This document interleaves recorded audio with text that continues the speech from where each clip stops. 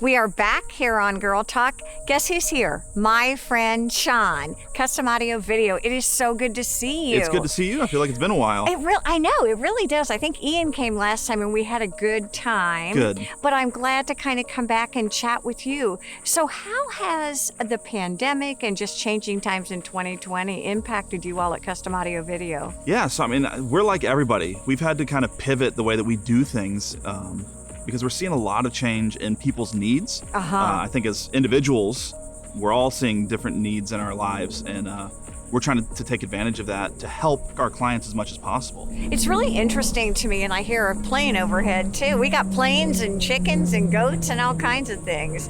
But one of the things that I've noticed is my increased reliance on all of my technology. Are you seeing people coming in and saying, okay, we hear you now? Yeah, absolutely. I mean, I said early on to some friends, like, hey, 2020 seems pretty rough right now, but it's a great year to have it because we have so much technology in our lives that allow us to do things remotely, allow us to entertain ourselves at home in different ways. Yes. So it's been very helpful.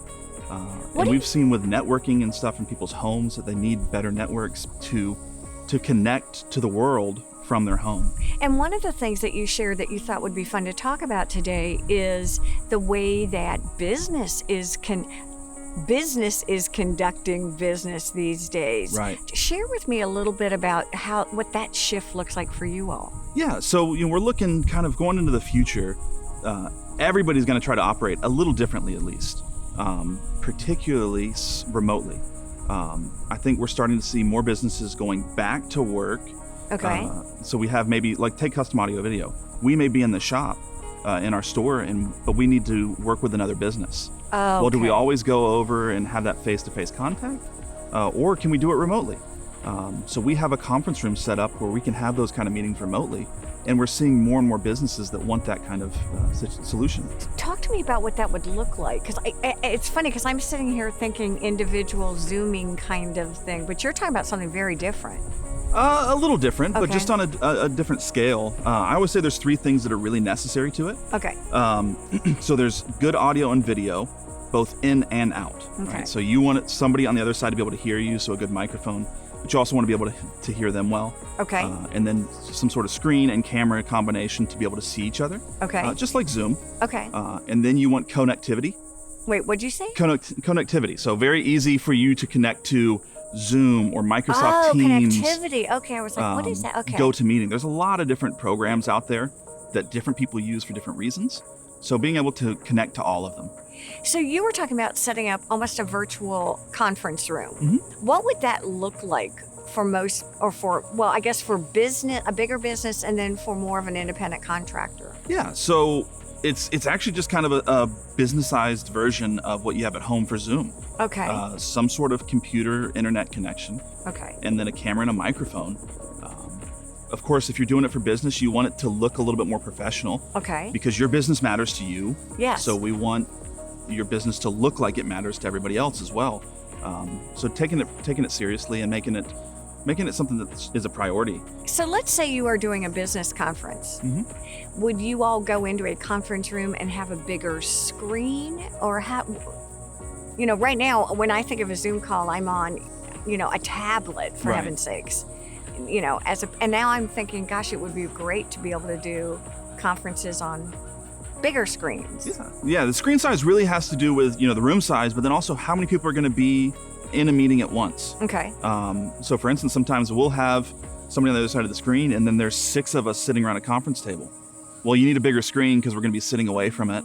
Okay, that makes sense. And we want to be able to see it. Okay. Then we have a camera set up so that they can see all of us. Okay.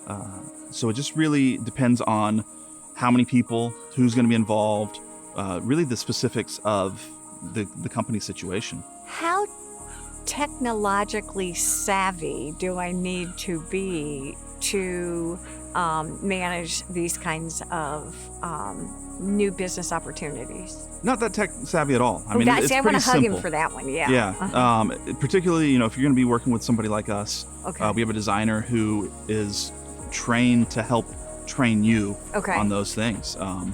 Part of our whole business model, whether it's this or anything else that we do, is making sure that at the end of it, the client feels comfortable using what they've gotten from Well, us. that makes sense to me, because if I go to the trouble of doing this and getting it, these wonderful systems in place, I definitely need to be able to handle it. You've shared with me on multiple occasions that it's a lot more technology user-friendly world than even 5 years ago. Absolutely. Yeah, I think there's been a big focus across the board on improving user interface, right? And the end user, whoever's got it, right? If you have an iPhone, you're the end user of that. Got it. Okay. Making it very simple to use, very easy to use, and very intuitive.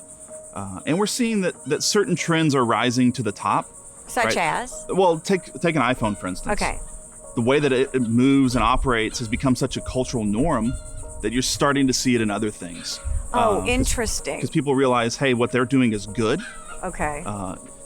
Take pinch and zoom, for instance, right? Yes. Somebody started with that process and it kind of became the easy way. Now, if you pick up a device and you try to do it and it doesn't pinch and zoom, it feels weird. What's fun for me is I didn't even know there was a word for that. Yeah. Pinch and zoom. Okay, yeah. this So is people good. are kind of adopting these, I would say, norms, these trends in the user interface that we're seeing more and more, because across the board, everybody wants their tech to be easy to use, because you want to remove that hurdle, right? Nobody wants to get something and go, it's hard to use. It works, but it's hard to use. I swear the next time we talk, I'm going to have you share with us sort of the language of technology. I think that could be really interesting. Yeah. It's always a treat to have you, Sean. You're wonderful. You're so Thank you. informative, and you're user-friendly. Thank you for joining us. Thank you all for joining us here on Girl Talk. Please have a safe and healthy week. Bye-bye.